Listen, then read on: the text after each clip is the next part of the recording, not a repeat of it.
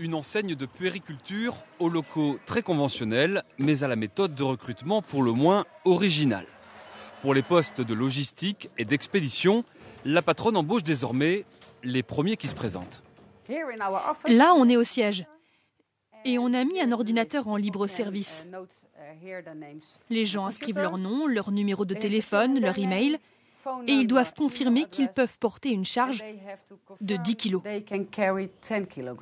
Et dès qu'elle doit recruter, Loes de Volder rappelle le premier sur la liste, quel que soit son sexe, sa couleur de peau, qu'importe s'il a un handicap, s'il est un peu âgé ou repris de justice, seul le résultat compte.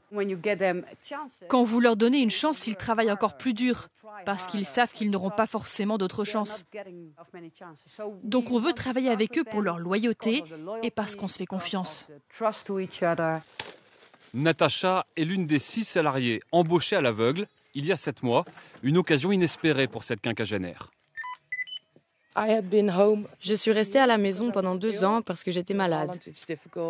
En Hollande, c'est difficile quand vous êtes âgé ou quand vous avez un trou dans votre CV.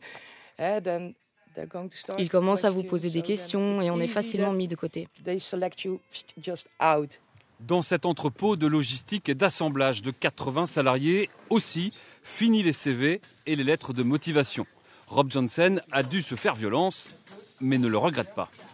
Elle a un piercing au nez, à la lèvre, des tatouages, une coiffure assez excentrique. Je suis un peu gêné de vous l'expliquer. Elle sait ce que je pense. Mais je suis tellement heureux d'avoir franchi moi-même cet obstacle. Ça donne aux gens une chance de pouvoir prouver ce qu'ils valent vraiment. 1 mois d'essai, puis un CDD de 6 mois avant le CDI, avec parfois des erreurs de casting. Il y en a un qui a trouvé un meilleur travail dans la restauration. Et il trouvait ça plus agréable. Un autre qui ne s'est plus présenté.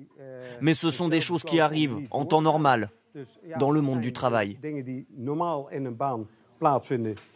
Pour l'association d'insertion qui promeut cette méthode aux Pays-Bas, c'est le meilleur moyen pour lutter contre les discriminations. Si on faisait ça avec des entreprises autour de Molenbeek ou de banlieue de Paris, ce serait intéressant. Car la seule chose que vous connaissez, c'est leur nom. Et vous ne pouvez pas rejeter ou refuser quelqu'un, car quand c'est son tour sur la liste, vous devez l'embaucher. Cette méthode a aussi l'avantage de fluidifier un peu plus un marché du travail très tendu aux Pays-Bas, où il n'y a que 3,5% de chômage.